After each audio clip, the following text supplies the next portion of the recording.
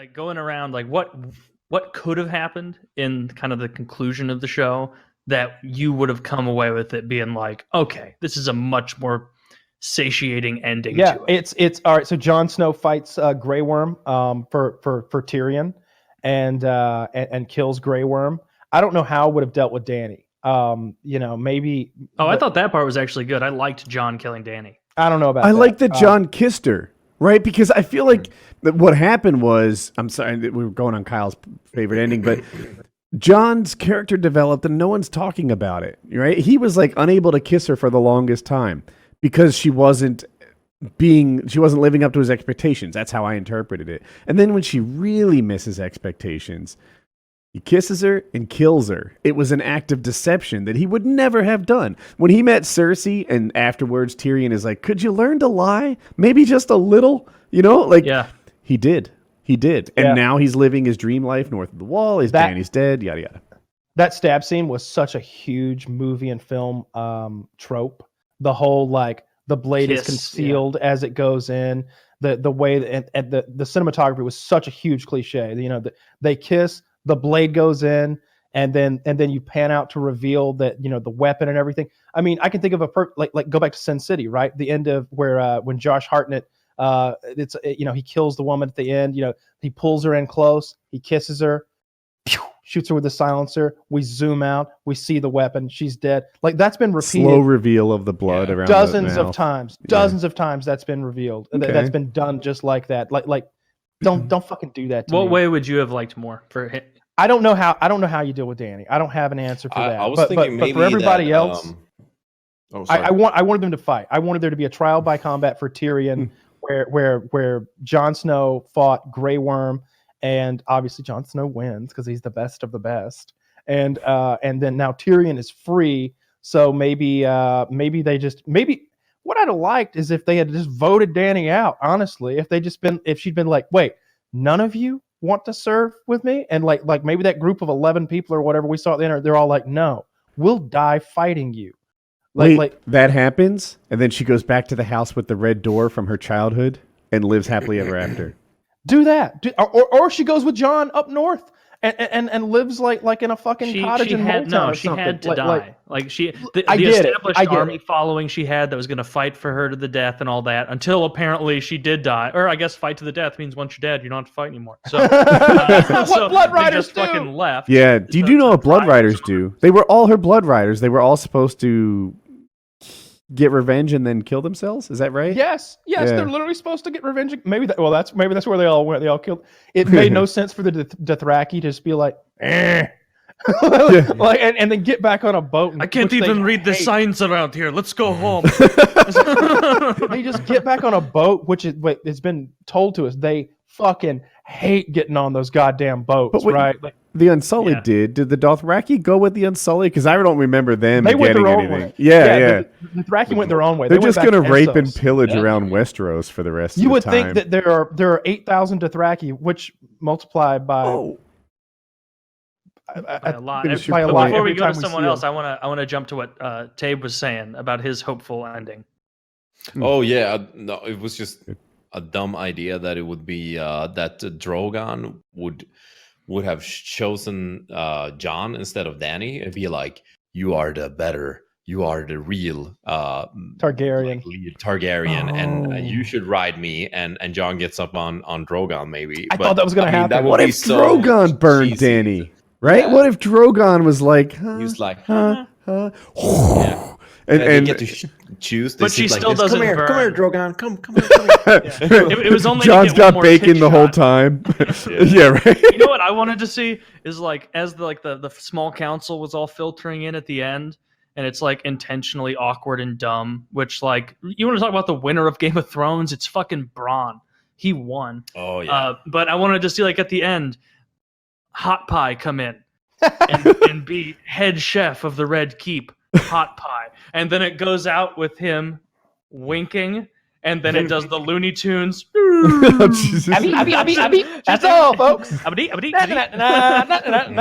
So there were a lot of things not to like about Game of Thrones, but one thing that I did like is they answered a lot of questions. You know, like you kind of find out what happens to almost every house. There's probably some I'm not thinking of, but what happens to every person in it, you do get that answer. And that's not true of a lot of things. When The Sopranos ended, I kind of wondered what happened to his family afterwards. When Lost ended, I kind of wondered about a million things. When Dexter ended, when a lot of shows ended, I'm just like, oh, but like there were a lot of storylines that didn't really get tied up with a bow.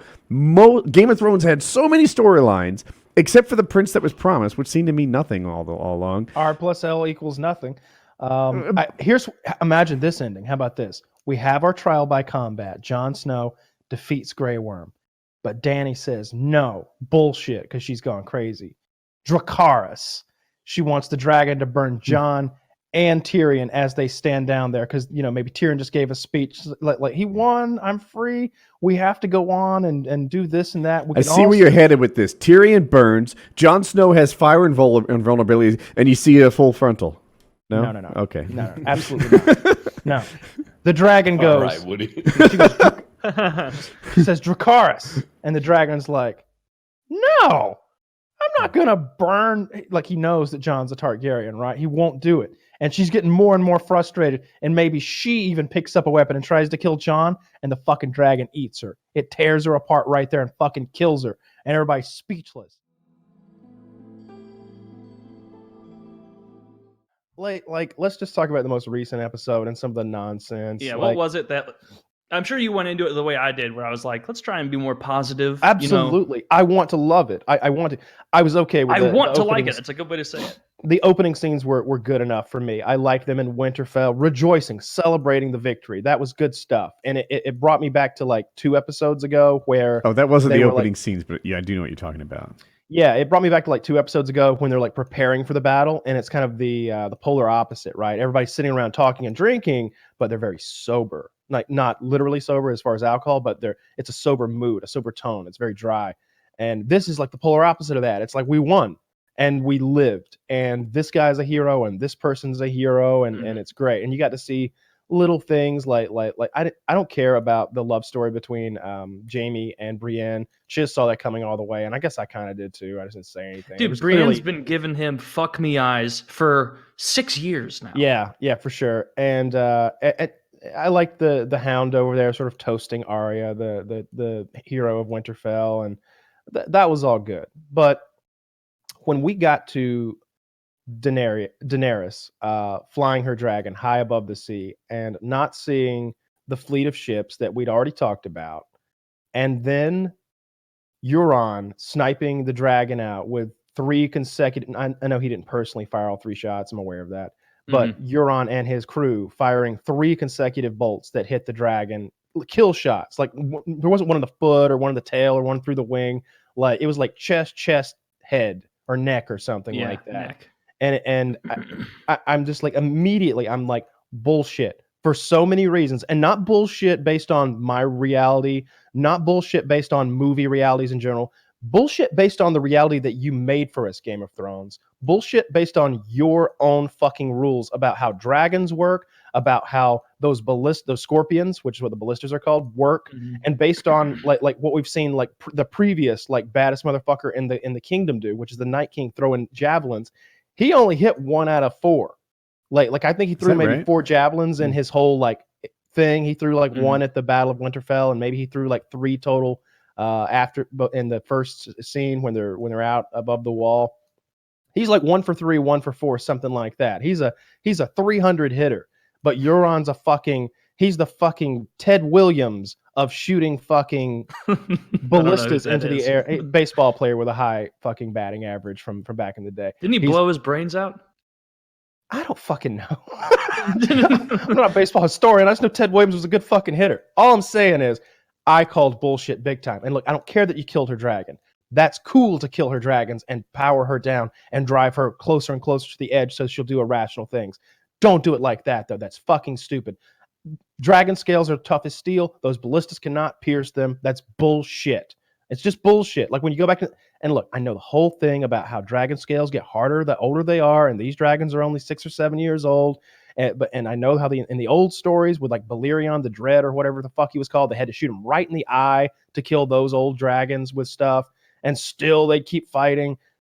I don't care about that. What I'm saying is all three of these went right through the fucking dragon, like the dragon was made of putty, and I called bullshit. And then I call bullshit on what she does next, which is fly straight toward them in terror and like anger, and then turn away and leave instead of flanking them, coming down from a high angle of approach, going around those rocks and coming from behind them. Are those things really on a 360-degree swivel?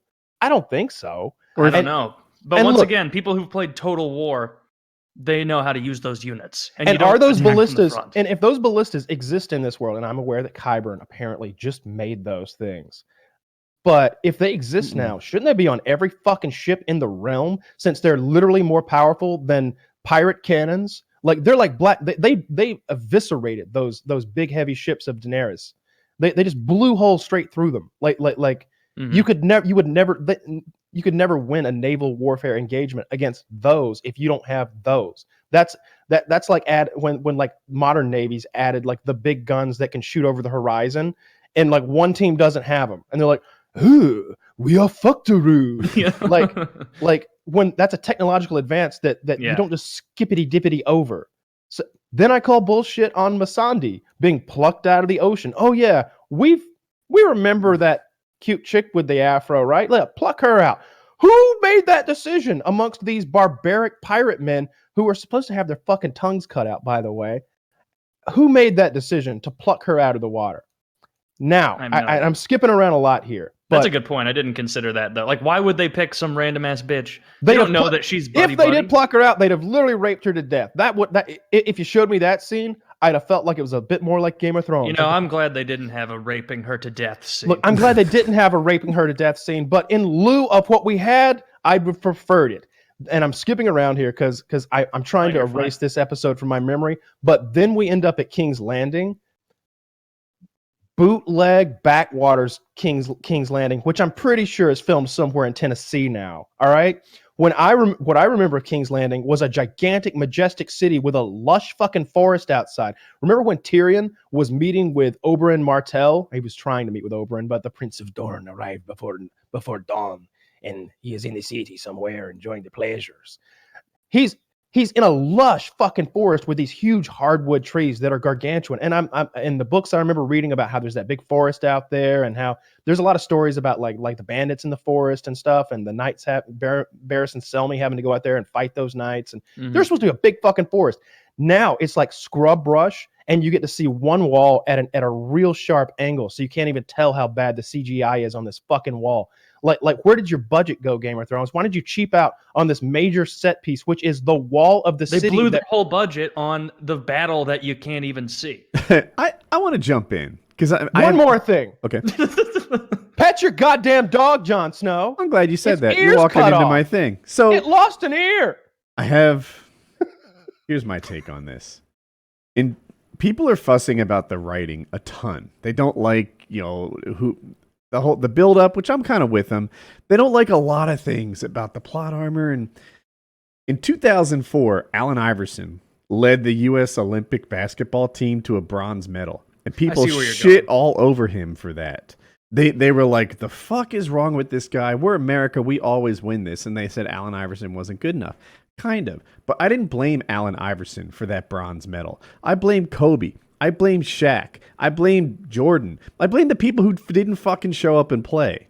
So when you're fussing at D&D for when you're fussing at D&D for the writing, fuss at Gur Martin for the lack of writing. He's the fucker who's been sitting on his ass going to trade shows, just, I don't know, dripping in pussy or whatever the fuck he's doing, not writing the show. Remember that cute little conversation we used to have about whether the book would come out in time to get in front of the fifth season? That cute little conversation. How adorable we were back then, thinking that he was going to write another book. He is not going to write even one more book.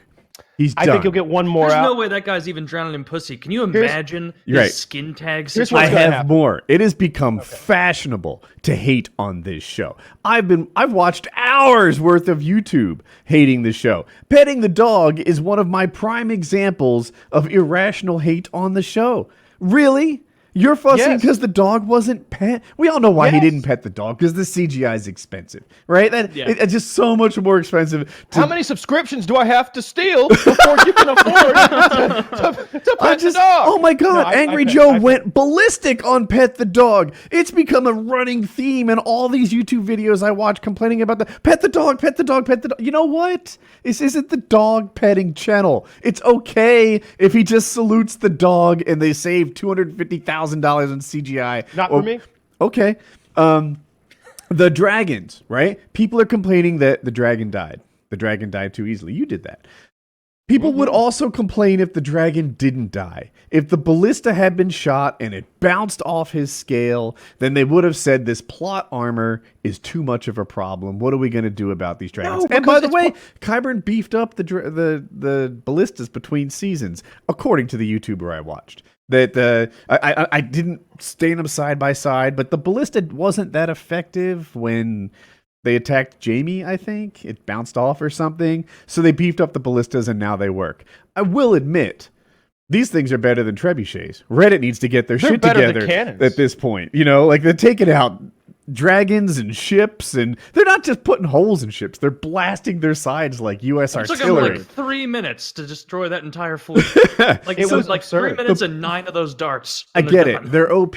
But the thing is, I complained about plot armor around Jon Snow for a year now. And if you rewatch Battle of the Bastards and see the arrows do everything but hit him, see every guy charging him with spears and swords, only to like, I don't know, hit a gopher hole right before they get to Jon Snow, then, you know, like I can't do that and then complain, you know, the dragon died too easily. You know But what? the things that happen to Jon Snow happen in a battle. Like battles are absurd. Like you look at those Medal of Honor stories about literally bullets going through the guy's clothes. Mhm. If you're going to have a celebrated hero, then, and that's what a Medal of Honor winner is. If you're telling the story of the greatest hero there ever was, then I like There's that some they're luck showing involved. that. I like that they're showing that it wasn't just that this guy was the best swordsman there ever was. Because what's so great about that? Like if you're like, yeah, he won every battle. How? Well, he was just better than everybody else. It wasn't even fucking fair.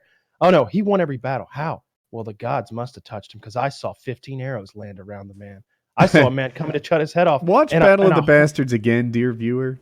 I'm sure Kyle knows it, and then watch it through the lens of, yeah, this guy is just surrounded by plot armor. Every time he's about to get beheaded, the horse hits a gopher hole. Every time they fire a volley of 397 arrows, they land around him like that woman at the circus spinning and they throw the knives at. It's magical how he's not hit. And the whole like resurrected because he has a purpose or whatever, that doesn't save people, as witnessed by the guy that had to be resurrected, is it 7 times? Something like that? Yeah, yes, Yeah. 7. I don't know. So Who cares? it's plot armor. So when they kill the dragon, I'm like, you know what? Good. I'm glad the dragons aren't bulletproof. Now we have a show again.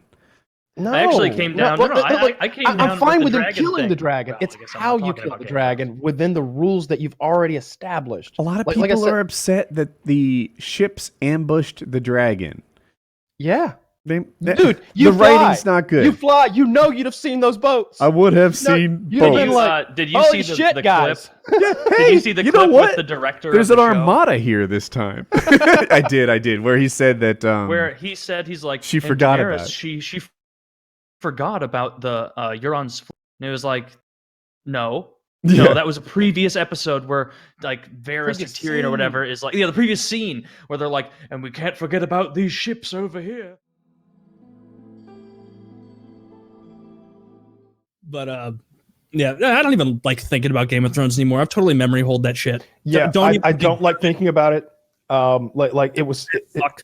It's so upsetting to think about what happened there. It's like thinking back to like your team getting to a World Series or a championship and that they lost. Like it's like thinking back. Honestly, it's a little bit like thinking about when the Falcons lost to the Patriots like 4 or 5 years ago, whenever that was in the Super Bowl, when we were ahead by like 3 or 4 touchdowns going into halftime. We were in Colorado for that.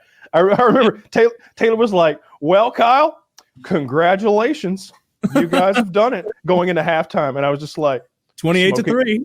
I was like smoking my gigantic bong. I'm like, no, this is the Falcons, and that's fucking Tom Brady. I remember before the game was even over, Kyle, you were like, They weren't even in the lead yet. It was like 21-28, and you're like, Taylor, cheers. Let's just play Magic. It's over. Yeah, you could see the writing on the wall. It was like that's fucking Tom Brady. All right, he's got maybe 2 years left in the NFL. In the NFL, he's gonna do this. It's what he fucking does, and he's only down by 8. That's only two scores. You just knew he was gonna do it. Like we couldn't stop him. You knew we were gonna choke. Well, especially the Falcons' defense, I think back then wasn't the greatest. So it wasn't the worst either. We were in the Super Bowl for a reason. It was just like, and the offense was great. They didn't score. I don't even think they scored again. Maybe a field goal or something. It was embarrassing. It was real upsetting. But nothing tops Game of Thrones as far as like disappointments from an entertainment property. Like The Matrix comes kind of close. But I wasn't nearly as invested because those are movies. It's 6 or 7 hours total for the whole trilogy. But you watch the first one, you were like, oh my God, there's so much going on here. And then the second one was bad and the third one was awful. But with Game of Thrones, what was that, 7 years of our lives or something that we were just obsessed with that show? And like it was a weekly topic when Game of Thrones was out. Like we'd come in here and we'd be like, boys, that episode, Jon Snow's back. Jon Snow's back. He's going to be doing big things. Can you believe he's got the sword now? Like we love that shit. We have all these crazy conspiracy theories about like what the White Walkers were about and where they were headed and what they were going to do and ice dragons. And you guys are going to hate my take. You're going to hate it. All right. But I loved it. I ate that shit up. The end of the series? I really did. I loved the end of the series. And I'll tell you why. Because the first 5 to 6 seasons of the show were very, very slow. They were good episodes of television, but they were very, very slow. That's true. If you go back and watch each season, there's 2 to 3 episodes where things actually develop pretty fast. I used to but say everything that else. too. I liked that about it, and I think Kyle did too. Like, I really enjoyed the slow burn. I feel like I'm really invested more in the world. Totally. It's what made the last 2 seasons so awful is because it was like time was moving like a week at a time per episode forever. Yeah. It was like every episode, a week later, this happened. And then all of a sudden it was like, all right, so 6 months have passed since the last time we saw you. Like, whoa, shit. All right, 2 more months have passed.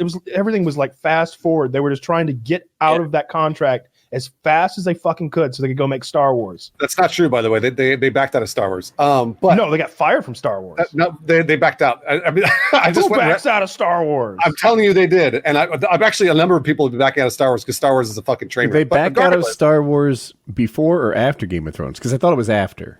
It was after Game of Thrones. Well, but that's not the same, right? Because that doesn't invalidate the point. If you say also they had that contract 5 years before the show ended. I did all the research on this. I did all the research on this because people use these. That proves Kyle's point. That proves Kyle's point. I'll explain why. Because they would have gotten out of it way earlier then. Here's the scoop. They wanted to get out of Game of Thrones so they could do it. And then it wasn't until they got out of Game of Thrones that they didn't do it, right? So if they had got out of Star Wars before the show was over, then you'd be right. But because they got out of Star Wars after the show was over, that kind of proves that they were trying to get out of the show to do Star Wars. It wasn't until after the show that they did that. If that were true, though, then they would have sped up their time getting out, and they didn't. They did speed up their time getting out. They absolutely wrapped up. HBO was like, take several more seasons, and they're like, no, we're going to get out immediately and go do Star Wars. That's not what they said. That's the only thing I remember about it, and maybe Bruce, you can correct me. That's what pissed me off is like I remembered seeing the interview of HBO saying like, yeah, we offered them additional episodes, more time to really flesh the story out. And DB Weiss and whoever the other guy is were like, no, we can wrap it up in 8 episodes this season or whatever it was. And it was like, what the fuck? We really could have seen more. This is totally true. That's the interview that I read about how HBO's like, do more, and they're like, we don't want to do more. And that's reason enough to say fuck them, in my opinion. Yeah, it's interesting that you guys. What's interesting too is that people turn on them so fast, and they wrote what is it, 10 seasons of show? No, a lot of people they didn't write any of it. They wrote all of it since the very beginning. Yeah, they did. So it's my impression that once they stopped adapting from a book, it got bad. Right when they started doing their own material. In seasons like 6, 7, and 8, it got bad. Again, I did the research on this. That's George R.R. Martin told them how it was going to end. He I told know, them how the whole thing was. but they Yeah, didn't so have a book to base the show on anymore. well, Once- they stayed clear to his vision though, and it was kind of one of those things where like right, but you keep saying we're wrong about things we didn't say. So what happened was when there was a book to base the shows off of, they did a great idea. They did a great job. And then once they ran out of book and had to just go off an outline at best, they did a poor job. I mean, so you're saying the last 3 seasons Yes. were bad? Yeah. Oh, I don't agree. I think It was most a people real downward spiral starting around second half of season 5, I would say. Oh wow. It started getting it was worse and 6 worse. that it really went off the rails. 6 That's got good. awful with the sand snakes and everything, and then 7 was just an abomination. Was So that you're the good- Sand Snake one? Where it was just sure. like, who are these characters and why are they taking up time on the screen? Your guys' takes are different from everybody. So some people said it went downhill last season. Some people said it went downhill the second to last season. I've never heard season 5, but okay. I mean, again, this is kind of one of those things that they were writing the show from the very beginning. Now, yes, you're right. They didn't have a book to adapt, but they made a lot of good television. And also, by the way, just so you know, it was a huge success, the biggest success HBO's ever seen. The very last season. That was I the know most we people were ever- we were. Well, Oh, we watched it. Yeah, people yeah, ever no. watched it. we didn't. I Like feel like you can't grade it success yet because, you know, like, heck, the pandemic came and we all watched The Wire and The Sopranos and stuff like that. 0 people on Earth are rewatching Game of Thrones. That show has no appeal. People hate it. Season 8 and 7, I'd argue, were so bad, the first 6 seasons got worse. That slow burn to wait for what the White Walkers brought, that the thing we were all so invested in, these big wars, what Jaime was going to do. It sucks now that you know. Now, it sucks. The whole White Walker thing, you know, how they were going to possibly deal with that situation, it's gone. It's gone. Things we thought were good were made bad once we learned how it ends. I hear you. I I agree. hear you, but what you're saying is all subjective. So Yeah, it is. It's all just our takes on it. It's all opinion based. Yeah, because I loved it. I think it went down in episode 1. I didn't watch any of that show because it sucks. The whole thing is you missed a stupid. lot What of are you, sex. medieval times? You're in zombies in space. Fucking choose one or the other. You got sandworms now? What is this, Beetlejuice? Fuck you. I'm going to watch the news like a man. I'm going to watch Jim Cramer's Mad Money like a man. You girls can go watch your dumb dragon show and your hot bitch that won't take her clothes off. Fuck HBO and fuck you. All right. Just hold on. Oh, This whole shit about women not taking their clothes off proves you didn't watch the show. Damn right I didn't. Because Look at there's a some bunch of wieners. naked bitches in this show for sure. I watched 2 seconds of that show and I saw 2 guys' cocks on the screen at one time. I said, "Oh, great! Thanks, thanks. My sister showed it to me. Thanks a lot." That's such an upsetting ending that show had. So yeah, I still hold that against them a little bit. Daenerys was such a great character, and it was so fucking weird to do to get there, and also like low-key because they had that Star Wars show that they were excited Yes. about, but they shit the bed so hard on this that they were like, "Yeah, you're not making the Star Wars show." I have a thing so about glad. Daenerys. So the whole world seemed to act like. Let me take a step back. The whole world says Taylor Swift is mid. And I'm like, come on. Like, if you were in line at the movie theater, she'd probably be the prettiest girl in line, right? She's not just average. But I also can see that amongst Hollywood beauties, Taylor Swift is not a standout. She just sort of belongs there. They acted like Daenerys was the hottest girl on the planet. And I always thought she was more akin to Taylor Swift, like attractive, belongs in Hollywood. But is Daenerys really that beautiful? No, I think she's hotter. I think thought that she are you was talking pretty about the hot. actress? I think she's an I attractive think she's lady hotter and than everything. Taylor But Swift, and I think Taylor Swift is very hot. Same take. I agree with Harley. Yeah, yeah, I'd agree with all that.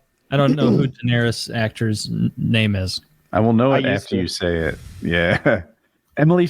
I used to. Oh my god! Did you say I used to? That's so. Amelia Clark. Amelia Oh, Clark. it's so, okay. but I See, used to sometimes I is do so assist. accurate to like. Yeah, I just need the E part. Dude, if that show, like, imagine that actor. Do you remember that clip But where all it's the Amelia, actors so that are doesn't make talking sense. about the show? They're like, "How's the season going to be? You're excited?" And they're like, "Yeah." Like it's just Oh, I it's do just remember all the that. actors responding, and they know that it's fucked like already. And all the stores, they had all this Game of Thrones stuff. There's never been something that's sold in all these stores and then dropped so abruptly that they were selling. They were giving it back, taking a loss to just clear. You know how many up kids got inventory named space? Khaleesi? Yeah, that's the worst, altogether too many. Yeah, you call me Callie. Don't worry about that shit. It's like you knew the Hobbit movies were going to suck when the story came out about Sir Ian McKellen having like a breakdown on set. And he was just like, this isn't acting. This isn't why I became an actor. Because he was just, if you've seen The Hobbit, it's like, talking to a green ball Ian, on a stick. Or it might have been a British guy doing it. So Sitting on a green chair, like everything's green.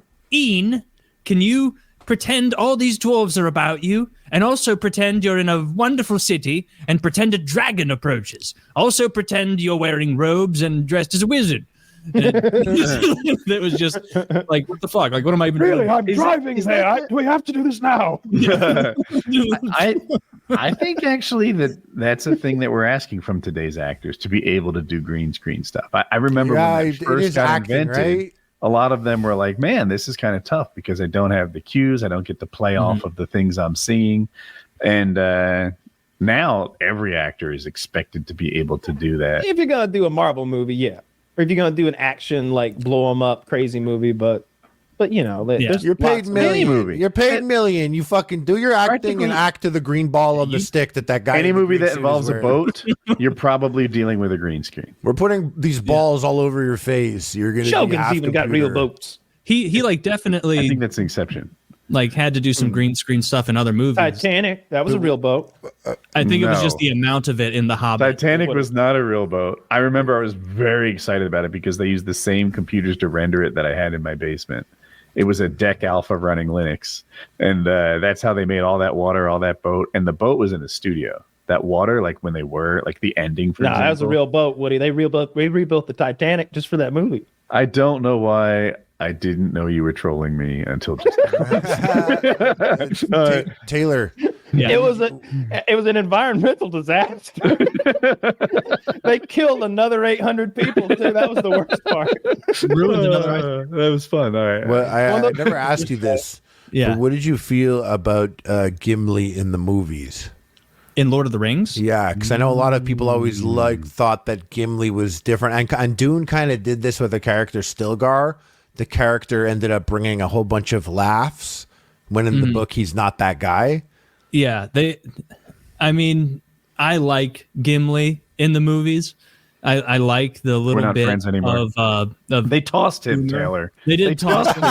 And you shouldn't toss a dwarf. It's a faux pas. But I really like, even as a kid, because like I'll always be poisoned in huge favor towards Lord of the Rings because it came out like I saw it at like age 11, 12, and 13 or 10, 11, 12, whatever it was. So it was the first huge epic fantasy I took it. I remember watching Lord of the Rings, the first one, in theaters and being blown away that something like this existed, like having my mind shattered of like, oh my God, like this is the most incredible story and thing I've ever seen in my life. Had you read the book prior to seeing the first movie?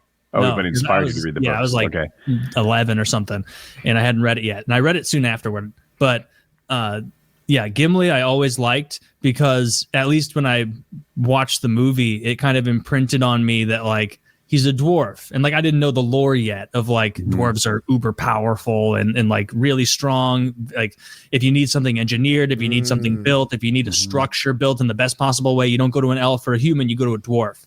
And they do it for you. And so I didn't even have all that. I just knew like this is a really strong guy that swings an axe. And even though he's shorter than everybody else and he's a bit slower than everybody else, he's still like he's part of the gang. Everybody, like, there's so many times where it's like, thank God Gimli was there. Like this could have gotten rough if Gimli didn't, pull his fair share and kill 55 Uruk-hai on top of this mountain. I love I didn't share that. I want to go next because so I'm not on Taylor's level of expertise, but I did read the books, and in the books all the different races are kind of different but equal, right? Like hobbits are actually not as harmless as they look. They all throw like fucking pitchers. They're ranged attacks and they're pure of heart and they have their strengths and they're to be respected. The dwarves and the elves are about parallel in terms of like fighting talent and what they're good at. And the humans, I don't know, do what humans do. But like none of the races were meant to be less than the others in the books, whereas in the movies it really felt like there was a stack ranking of like elf, then human, then dwarf, then hobbits are fucking pitiful, worthless children. I try not to watch any shows that aren't done. Like I make very like there's some exceptions like The Expanse and Always Sunny, but like I don't want because I've actually never seen Game of Thrones. And I did this specifically because I wanted it to be over, and then I wanted to see what people thought of the last season because I don't want to get to 5 seasons into this shit and then go like, oh well, I guess I wasted all my time. Yeah, well, that's what we all years did. in advance. What was that? You predicted that it would suck 8 years in advance? No. I just wanted to see. It's the same thing with Breaking Bad. Like I got into it right when they were at the season finale. That way, when I saw people say, "Oh, this was great" or whatever, then I go, "Okay, well, I know I have something to look forward to." Versus if something keeps going, then they kind of lose the plot. They write themselves into a corner. Whatever happens into like plenty of shows do this, or they just straight up get canceled. Like my wife and I, yeah. So you're 32 years old, and you think, I'm gonna save this for when I'm 40.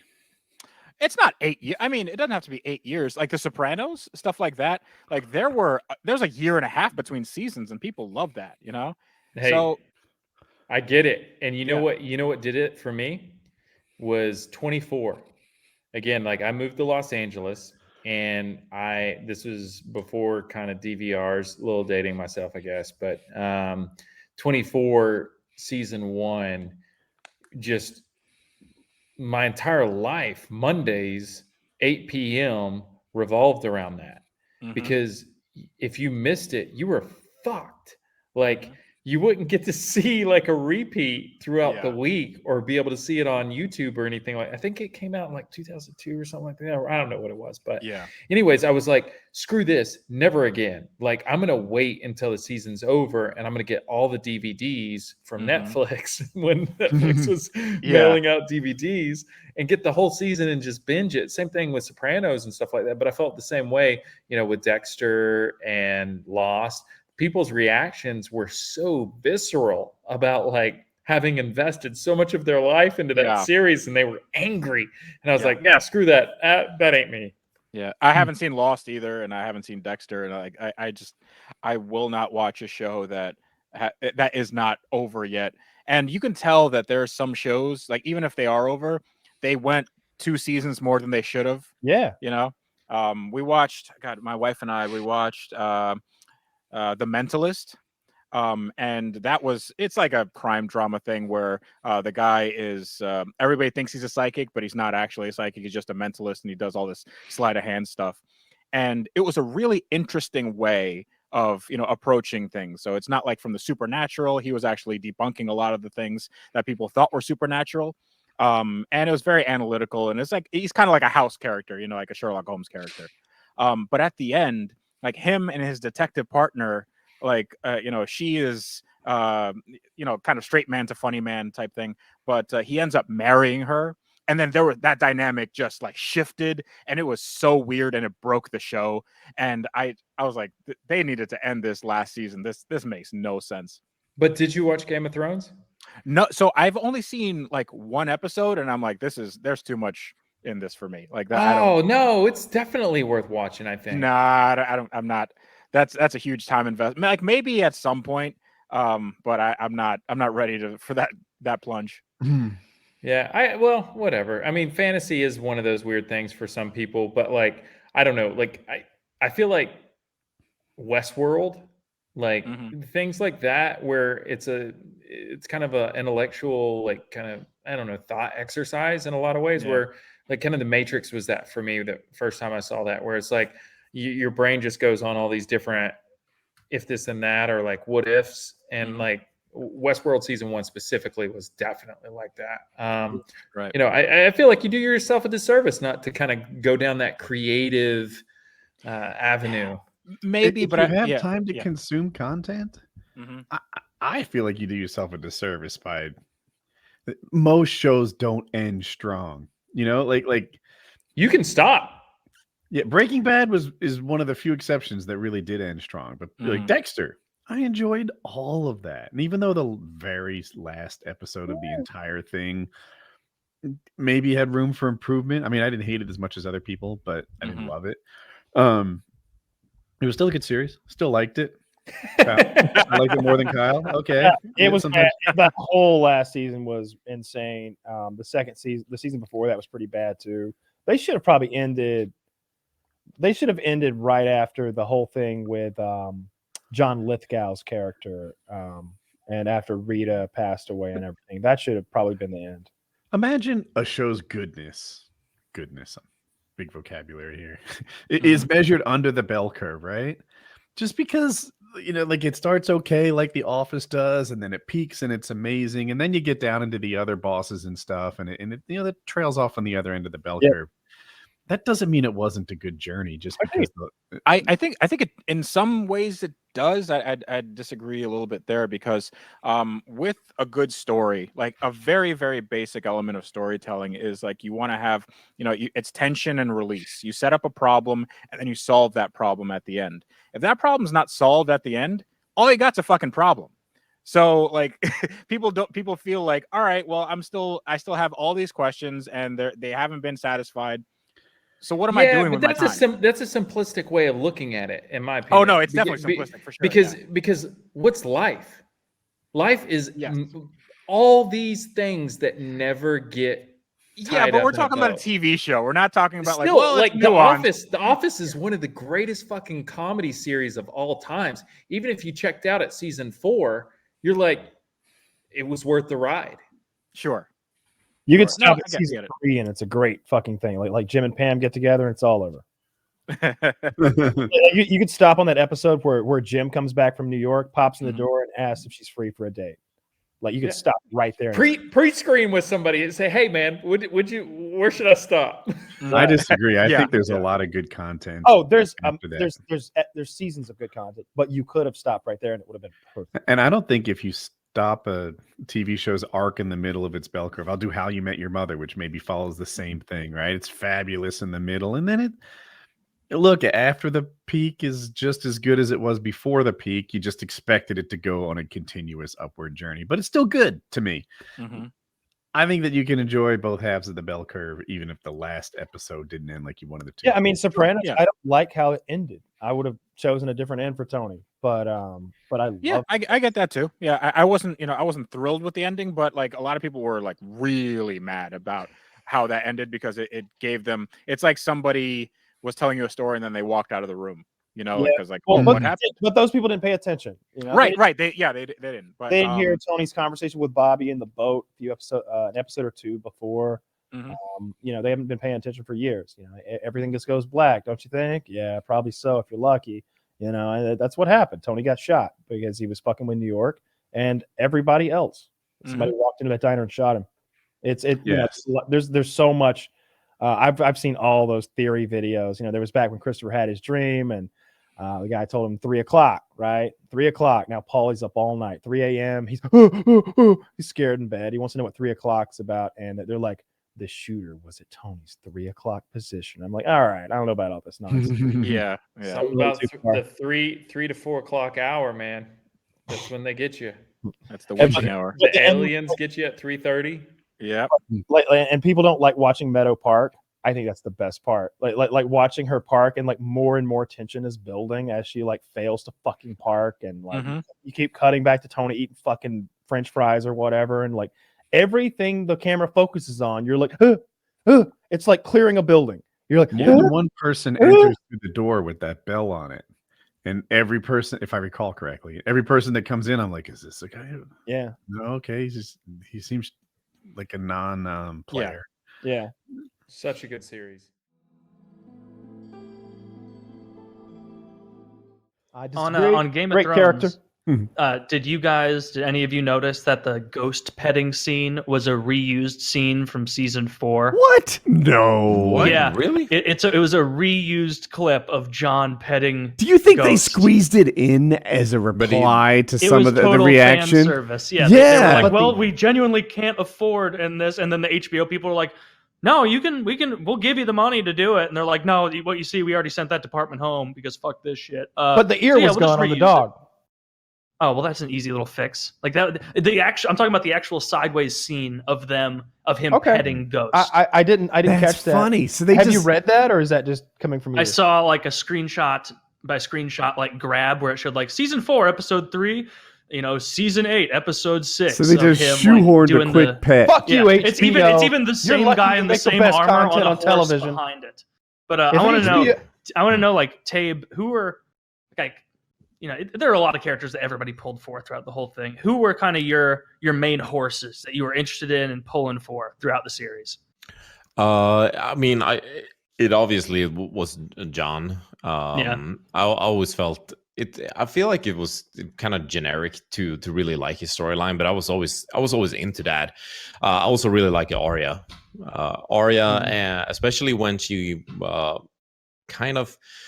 I can get a little because I felt like it was drawn out when she was at the faces of the many gods. Yeah, the Bravos place. I thought it was going to be a little drawn out, but I also thought it was interesting because I always felt like she was always very important, and she was also like a cool character.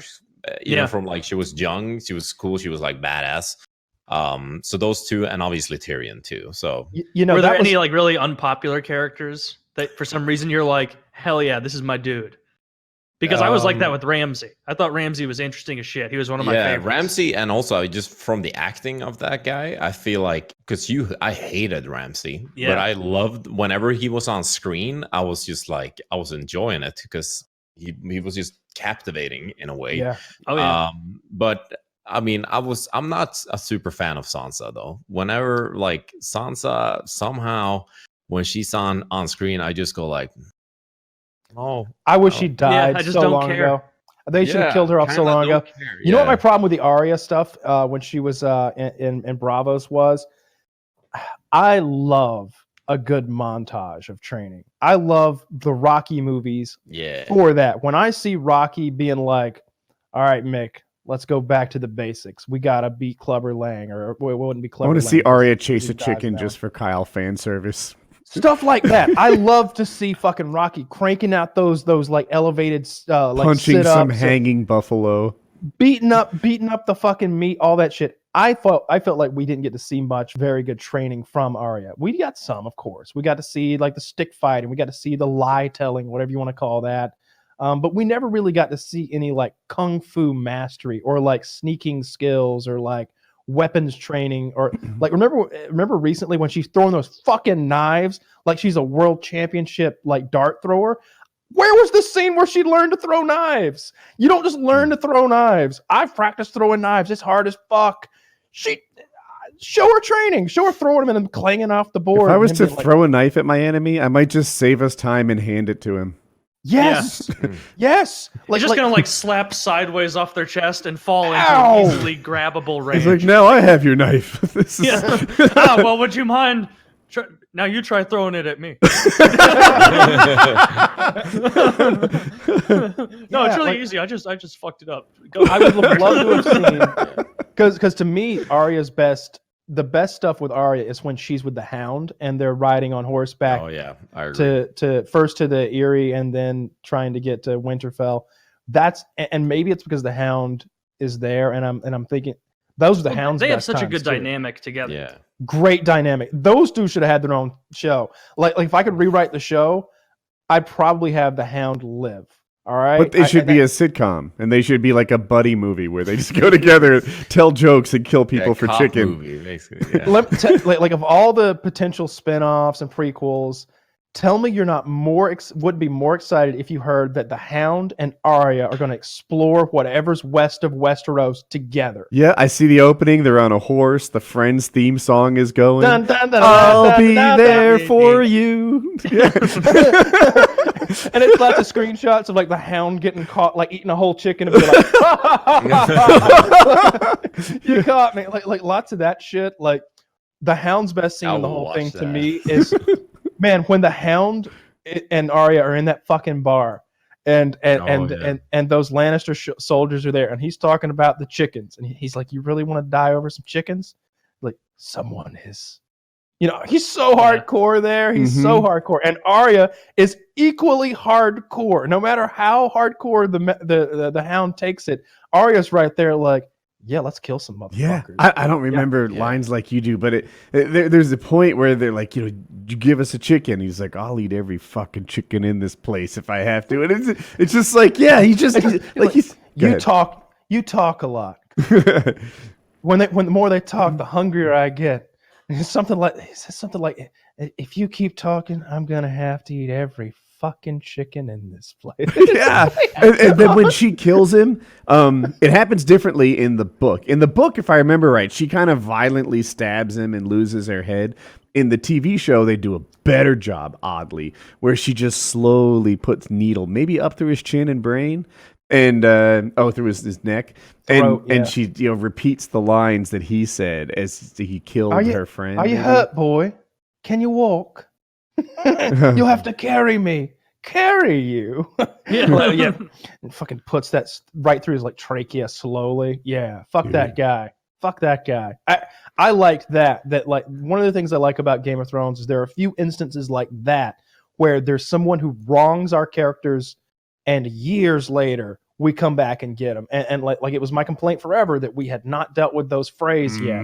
And so in that episode when Arya shows back, fucking feeds him his children and fucking cuts his throat and peels off that fake face. I'm like, this is about as Game of Thrones has elevated to a whole fucking new level here.